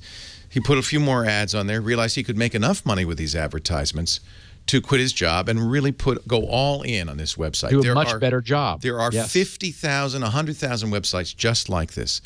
As soon as the key to this is if you're running a blocker, you're now invisible to that site. You go on that site, and that site has no way to know you visited, basically, because you've turned off number counting, you've turned off tracking. Most people, like if you're using AdBlock or Ublock Origin in its default, you're invisible. You go in that site as a ghost. If 20% of his readership does that, that's a direct, forget 21 billion. That's and I don't know what the number is, but that's a direct 20% loss to him in revenue, period. If 50% do it, there's a 50% loss to him in revenue, period. It looks to him like half as many people are visiting his site is what it looks like. He has no way of knowing if that's what that number is or why that. Maybe twice as many people are visiting, but they're using blockers. He doesn't know because you're invisible now. He does know because he knows you visited. And so, so he knows what his traffic is. And so you're right. What he will see is he will see a dropping in revenue from the people whose ads he's hosting, yet maybe even an increase in his actual site traffic because, he knows what his site traffic is because he's still serving his pages. If he looks at his logs, he knows, A lot of people don't know how to look at their logs or can't see their logs. If you look, one of the reasons you see Google Analytics on almost every site you visit is that's how he's measuring his traffic. He's not right. Google bought, the Webalizers of the world, the little utilities that you'd run against your log. I used to do that to find out but analytics is so much more useful. Most people stopped doing that. Maybe they'll go back to doing it. So you're right. If the ad blockers are blocking Google Analytics and it is on the list, then you're right. You disappear. So you might have to go back to parsing your blog, which is a non-trivial thing to do. And I bet you just look at the sites that use GA. We use GA. Everybody uses GA. Yeah. And GA bought all the little utilities. Urchin and Webalize, and all of those are owned by the big companies. So your second argument, I completely agree with, and that is, the actual damage being done by web blocking, by ad blocking of tracking. The first issue, I don't, and that was what I was aiming at, was that you're looking for like some big harm that's being done, and I'm just saying. There doesn't need to be big harm done. I just don't want tracking. I don't want to be tracked. I don't mind being counted for advertising is one thing, but having a cross-site tracking profile where I go to a different site and the ads know who I am, ostensibly because they've got a profile of me, that I'd rather not have. And so again, it doesn't have to be the end of the world where insurance companies are going to deny us coverage. It's just I don't want to be tracked. And that's a preference of mine, and it's easy to make that happen. What we really need is to be anonymous. And of course, the other point that you've made is when you're on the internet, it is very difficult to be anonymous. Yeah, I think truly untrackable. Not really anonymous. Come on. But anyway, I mean, that's like saying I'd like to walk through the mall and have no one know I'm there. I mean, you can cloak yourself, but people are going to kind of. Anyway, that's my point. Is that I feel it doesn't affect me. In fact, it would be beneficial to me if everybody blocked ads. If all of those websites just collapsed, because you'd have to turn to us and our ads. But in principle, I don't want people to start blocking ads because they can block our ads even easier. You just fast forward through them. Yeah, we're going through an interesting time. And people are pissed off at me for bringing it up. So that's the last time I'm going to talk about it. Alan Farrow in Kanata, Ontario, Canada, wonders how data is stored on glass platters. Well, we just talked about that at the beginning of that. I've been dimly aware that spinning hard drives use platters made from either metal or glass, but the question that had never occurred to me before is, how is data written onto a drive with glass platters? Never heard this question discussed before. I figured if anybody would know, you would. Explain, Mr. Gibson. So, historically, platters were made of aluminum. And it turns out that just by virtue of the difference of the characteristics of the material, as densities increased and head flying heights lowered, it became increasingly important for these surfaces to be unbelievably smooth. And it is possible to manufacture smoother surfaces with glass than with aluminum. There's just the manufacturing process, with who knows what it is, the annealing or whatever. Of course, glass, as we know, is actually a fluid. So that, for example, if you go to very old churches, sometimes the windows at the bottom of the sill are thicker. The glass of the windows is thicker at the bottom than it is at the top, because over hundreds of years, the glass has flowed, because it is actually a very slow flowing fluid. So as a consequence of this, manufacturers who are looking for an alternative to aluminum turn to glass. Glass is more is stiffer per unit weight, and that allows them to make platters which are thinner for the same strength. And of course, thinner platters allow them to put more platters in the same z-axis, in the same height of the drive. Now, there is a problem with brittleness, because rather than giving nicely, as the picture at the top of the podcast shows, glass notoriously fractures. And so now what's being done is manufacturers are experimenting with glass ceramic hybrids in order to make them stronger. I mean, there's still going to be a breaking problem. But the good news is many people are asking, how do I absolutely destroy this drive? One thing you can do that we've never mentioned is the same way some people prepare taffy before they eat it. Is, you put it in your hand and you slam it down as hard as you can on cement, which is a harder surface even than asphalt. And some drives will absolutely shatter. And if you then shake the drive and it sounds like a million little bits, then what you have is glass platters, and you've just pulverized them without having to run D-ban or magnetize them or drill through them or do anything else. Just giving them the old taffy fracturing smack on a hard surface. And if it powders the disks, then your job there is done. Oh, and as to how data is stored on glass. Yeah, wasn't that the... sorry, I didn't... Okay, go ahead. Yeah, neither aluminum nor glass were ever the data storage medium. It's just they a were substrate. The substrate. Yeah. Yes, they were the substrate, just the mechanical underpinning. It used to be that we would deposit oxide, ferrous oxide of some sort, often iron oxide in the old days, and the deposition materials have evolved. Now there's this amazing multi-layer sputter deposition technology. They're actually putting several layers on, then the ferrous layer, which stores the data, and on new drives, they then put a lubricant layer on top of that. It is a multi-layered process. So it's glass itself, as Alan wondered, could not store magnetic material, and it never did. Neither did aluminum. The aluminum, just like the glass, was only the underlayment used to hold the actual storage layer, which is a microscopically thin layer of something of a magnetic medium. So it doesn't matter whether it's aluminum underneath it or glass underneath it.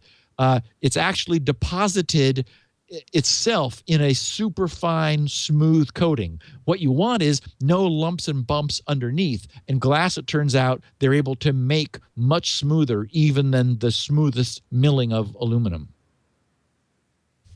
Rob Best, Colton, New York, wonders about proxies, caching, and advertising. Oh, God, here we go again. This will be easy. I'm shutting up. Steve and Leo, I've been following your interesting discussions about the ethics and mechanics of ad blocking, and thanks to those, I've been changing my own behavior to better support the sites and services I use. That's nice. Thank you. See, I really do think that people, like when we talked about Ars Technica, and there is a good-hearted willingness and a desire to support the web in our listeners. Yeah. We just don't want to be hurt as a result. No, you know what? I support that, and frankly, I'm hooked on Ublock Origin. Yeah. Well, thanks. What I'm wondering is, how do proxies and caching servers impact content and service providers? I.e., advertisers want accurate location and event count information, but won't proxy and cache servers give them false or misleading information? And in the case of caching servers, can give low numbers of downloads. For instance, the first client behind a cache server counts as a hit, but subsequent clients just get the content from the cache server, not the true source. As always, a happy listener and Spinrite owner. I had the school I work at buy a site license a few years back. So, interesting question. And there's two answers. First of all, the web has long ago dealt with this problem because on one hand, you want caching when you want it. Like for a website's static images, like the decoration of the page, the site's icons that never change. The site doesn't. It's not in its interest to be resending those over and over and over. If, for example, the user's ISP has a caching server. And we know that many ISPs do have a caching server. I know that Cox, for example, my cable modem supplier, they have a caching server, which I had to bypass in order to use, so that Shields Up would see the connection coming from me, not from the server. Because otherwise, they are trying to filter requests for web pages, which might be static. So not only images of static pages, but the pages themselves. So all assets which are served by a web server have an expiration date. And that allows the web server that is serving this content to control how long a cache anywhere in between the server and the user's eyeball is allowed to cache the content. Even browsers have a cache in them. So not just external proxies and caching servers, but your browser itself. I mean, that's that image cache that has gotten people in trouble in lots of interesting made-for-TV movies and so forth, where somebody checks the browser cache to see what Junior's been doing because the browser is saying, hey, as long as this image hasn't expired, I'm going to hold on to it in case the user goes to a page that asks for it again, because then it's instantaneous. Don't even have to send a request out. So it's with the expiration date, this so-called metadata that goes along with all web assets. They have an expiration date. And if you explicitly wanted to count something, you can set the expiration date into the past. That's an officially sanctioned thing to do, to set it to 1970. And so here we are in 2015, something that expired in 1970, well, when it's fresh, it's old. So that's going to cause the web browser to ask for that again and again and again. There are also other meta headers which can be put in specifically that says, no caching. So that the browser and anything along the way can be explicitly told, independent of what day it is or the date, just do not cache this. I don't want it cached. And then what we're seeing, and this is one of the tricks that blockers are having, is serial numbered assets. That is, even with all of these other mechanisms around, what we're beginning to see, because we just got excess computing power and technology oozing out of us, is that servers are issuing images with changing numbers. And that's the ultimate defeat of any sort of cache or proxy, because every single time they serve something, they generate what looks like a pseudo-random number. I mean, it's long and it's just gibberish. And you refresh the page and all of those change, which means they all have to be fetched again, because as far as the browser knows, they're all different items. So that, so this whole problem of any kind of proxy or caching getting in between the user and the browser, that's been, that was part of the original plumbing of the internet. We've gone further than the original plumbing, but, the problem's long since been solved. Question 7 comes to us from Greg Nicholas in Michigan, United States of America. He says, I still don't trust anyone. I've got to disagree, Steve, with your position on allowing vendors to anonymously make changes to my equipment. Several vendors have shown that if they can, quote, patch equipment without our permission, they can remove features or functionality and add spying features. If we allow vendors to modify our equipment when they choose, then we no longer really own it. The equipment doesn't serve our needs, and it will be modified as they choose to increase their profit. Okay, and Greg is actually Richard Stallman. Well, when did you even say that? I don't know. Do you have that position? Yes. And I still hold to it. It was one of my favorite features of the Google On Hub was that it would be dynamically reaching out and updating its firmware. I do remember you saying that. Yes. Yeah, and I really and in fact I even asked our listeners to come up with an acronym. I got a lot of submissions that is an acronym like TNO, which would be pithy and fun, which would convey the idea that a device can be updated on the fly. That is, what we keep seeing, for example, is routers with firmware problems, and or phones with like the Android phones we've been talking about, where they've got problems, but they've been abandoned by their suppliers because they're a couple of years older and they don't want to bother with keeping them current. So my feeling is that try as we might, we are not unable to. History shows us we're unable to create secure solutions. So if it's going to be on the internet, the person who created it needs to retain responsibility, and the device needs to be able to to be responsible for itself and update itself.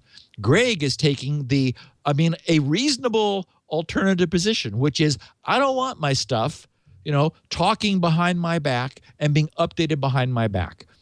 I see both sides, and I really think we're talking about, again, this is we're not all the same. If Greg is willing to assume responsibility for the management of his stuff, then I think he should be able to say, no, don't self-manage. I want to take responsibility. But most people are just going to say, I don't want to be updating my light bulbs. Let them update themselves if they are able to. Because, if a problem is found with my light bulb, I'd like it fixed as quickly as possible. Thank you very much. So I'm convinced there are secure ways of allowing our Internet of Things, the IoT devices, to keep themselves current. They can ping for to see if there's a new version of their firmware and arrange to do this securely. And largely, I think that's probably a better idea. Yes, it creates a vulnerability because you could ping and get a malicious download.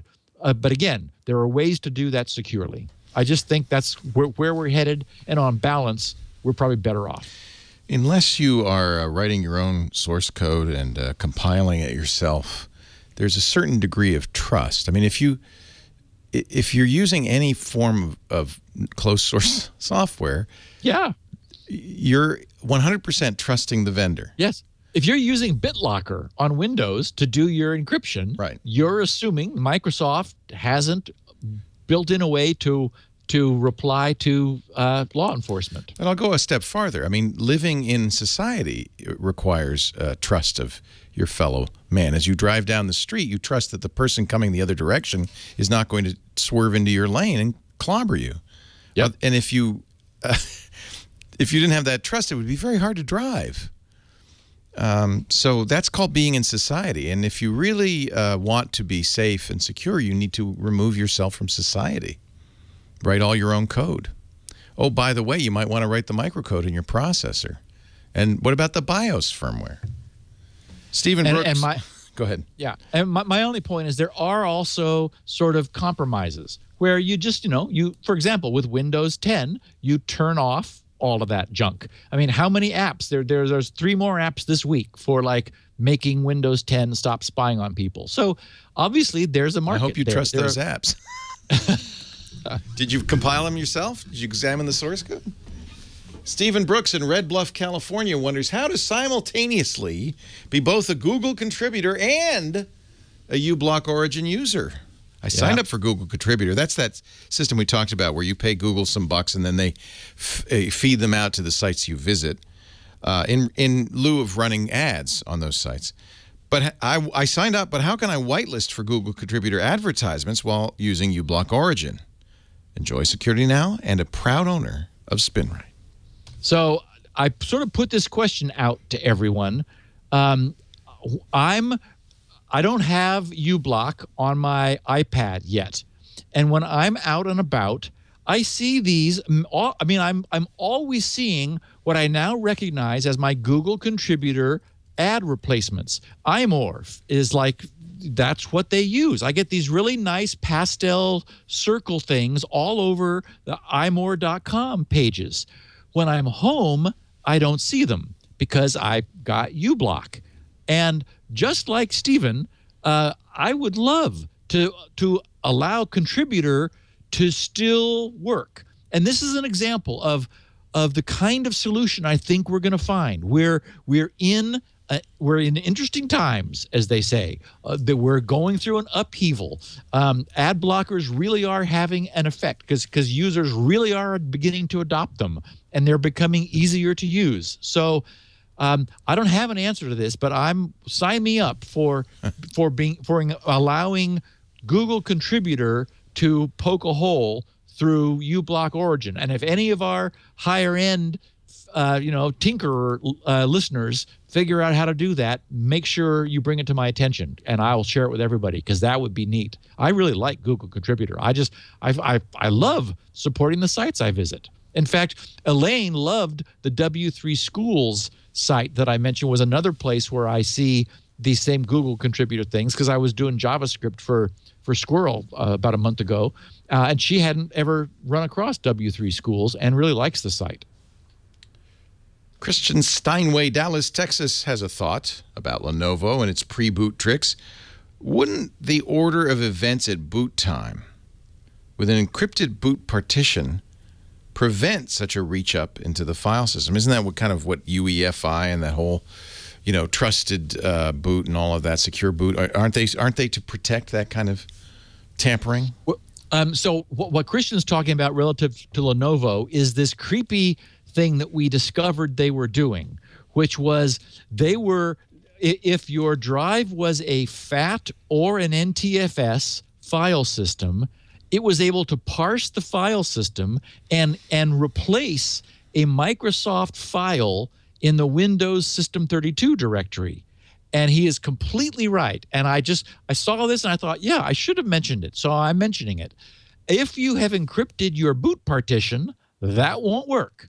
Now, the bad news is that next generation thing that Microsoft has officially sanctioned, where the firmware can write the exe up into RAM and then through the ACPI table tell Windows that there's an exe that it would like run on its behalf, that will still work, because that happens after the boot partition has been decrypted and Windows is running.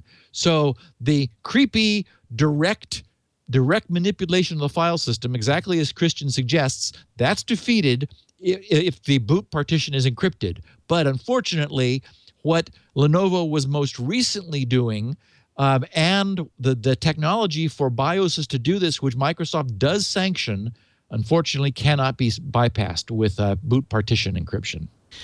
Google with the Chrome OS does this, I don't know what, checks a hash or something on the OS, and it validates the OS before it boots that it has been unmodified. Right. Would that be effective in a case like this? As long as you kept stuff from running before that.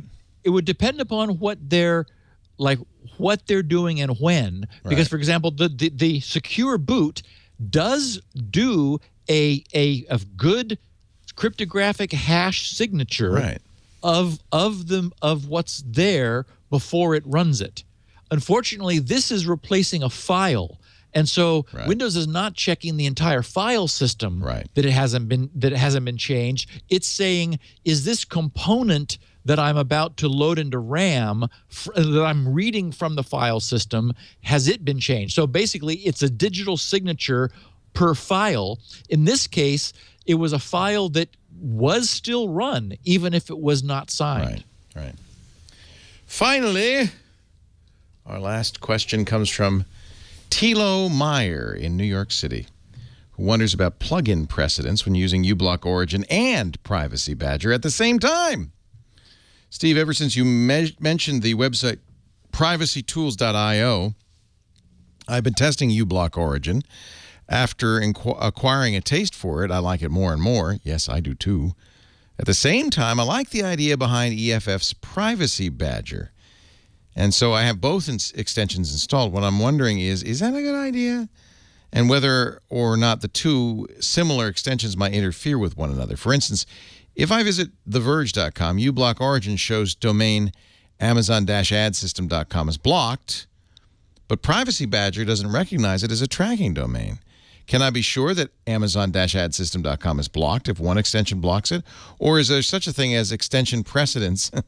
I think you're overthinking this. In which one of the two extensions will be executed last and will win. Two enter, but one comes out. So just to remind people, the different behavior is that Ublock Origin has a curated list of domains that they have decided they want to block. Privacy Badger is behavior-based blocking, where based on their description of Privacy Badger, if Privacy Badger sees a domain tracking more than three different occasions on different first-party websites, then it sees the tracking behavior and starts to block that particular third-party site. So they operate differently and provide different functionality just because they're sort of taking a different approach. The way extensions happen, and this sort of comes back to that bug in Chrome, where Chrome was supposed to be notifying extensions before loading a given asset. That happens in a sort of as he suggests here, in some precedents where each extension that has registered for the notification gets an opportunity to say, no, block that. So it's not a majority voting process. It's every single extension has to say yes. It's like, old-fashioned light bulbs on the Christmas tree. If one light bulb is burned out, the whole strand is dark.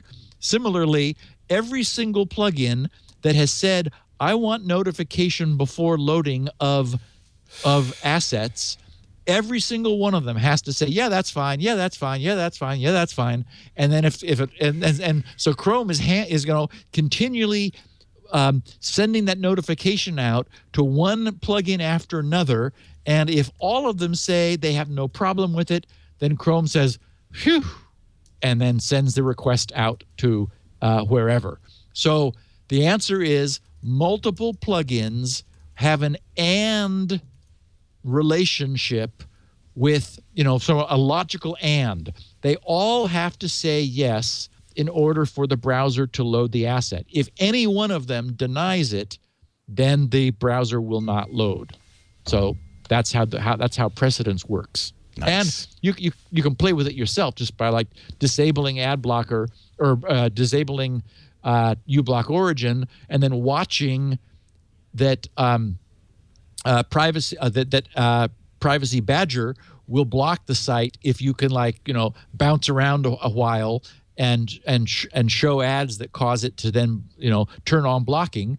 Then it'll block it. Then if you turn on Ublock Origin, then Ublock Origin may or may not still show it blocked, because if it's blocked before it gets to Ublock Origin, sort of in the hierarchy of this chain of plugins, then Privacy Badger will have blocked it upstream of Ublock Origin.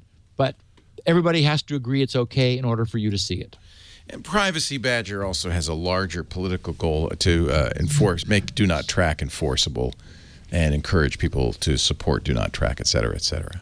Which, is maybe that would be a fabulous outcome. Yeah. If we could just turn on DNT and the ad companies, because because users flexed our muscles and said, we don't want you tracking, so you have to stop tracking if we tell you not to track, but then you're still welcome to service ads and count us. Make it enforceable.